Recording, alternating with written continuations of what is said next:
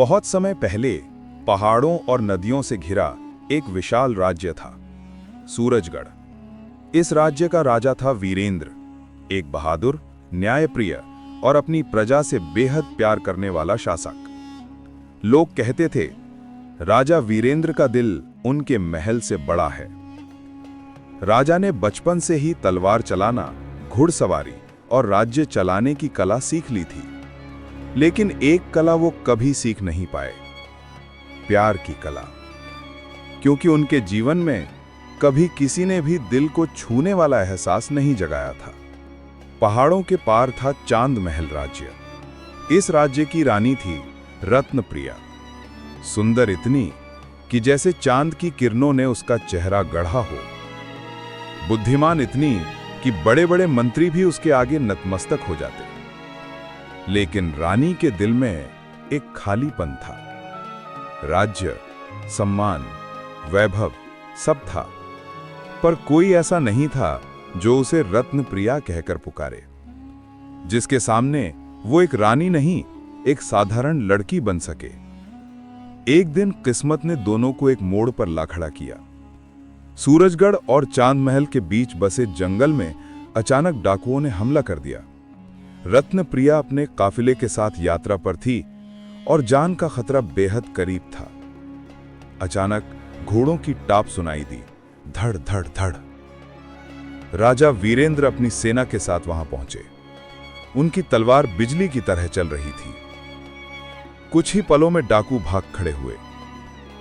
रत्नप्रिया ने पहली बार देखे वे आंखें जिनमें आग भी थी और सुकून भी। और उधर वीरेंद्र ने पहली बार किसी को देखा जो सिर्फ सुंदर नहीं बल्कि रानी होकर भी डर को गर्व से छुपा रही थी।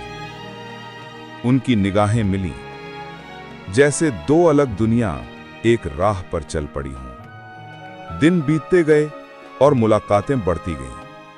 कभी राजा चांद महल जाते, कभी रानी सूरजगढ़। कभी दोनों नदी किनारे बैठकर राज्य की बातें करते, कभी तीरंदाजी में एक दूसरे को चिढ़ाते। और धीरे धीरे, बिना कहे बिना जताए, उनका दिल एक दूसरे में घर बनाने लगा। लेकिन कहानियां तभी सुंदर बनती हैं जब उनमें एक मोड़ हो, और इस कहानी का मोड़ अभी आना बाकी था। दोनों राज्यों में अचानक युद्ध के बादल छा गए। एक तीसरा राज्य, अंधकारगढ़, दोनों की सीमाओं पर कब्जा करना चाहता था। यदि सूरजगढ़ और चांद महल साथ ना होते तो दोनों हार जाते। रानी रत्नप्रिया ने कहा कि अगर युद्ध हुआ तो खून बहेगा, लेकिन हम इसे रोक सकते हैं। राजा वीरेंद्र ने उसका हाथ थामकर कहा, मैं हर युद्ध लड़ सकता हूं रानी, लेकिन तुम्हारे खिलाफ नहीं। रानी मुस्कुरा दी, पर उनके दिल में एक डर था। क्या उनका रिश्ता राजनीति के बोझ तले दब न जाएगा? फिर हुआ कुछ ऐसा जिसने दोनों की जिंदगी बदल दी। रात के अंधेरे में अंधकारगढ़ ने अचानक हमला कर दिया। रानी पकड़ी गईं, उन्हें कैद में रखा गया। जब राजा वीरेंद्र को खबर मिली तो उन्होंने कहा, मैं एक सेना का राजा हूं, पर आज मैं सिर्फ एक इंसान हूं जो अपनी रानी को वापस लाने निकला है। वो अकेले ही दुश्मनों के किले में घुस गए, गांव पर गांव खाते रहे, पर रानी को आजाद कराकर ही लौटे। रानी की आंखें भर आई। क्यों इतना खतरा उठाया?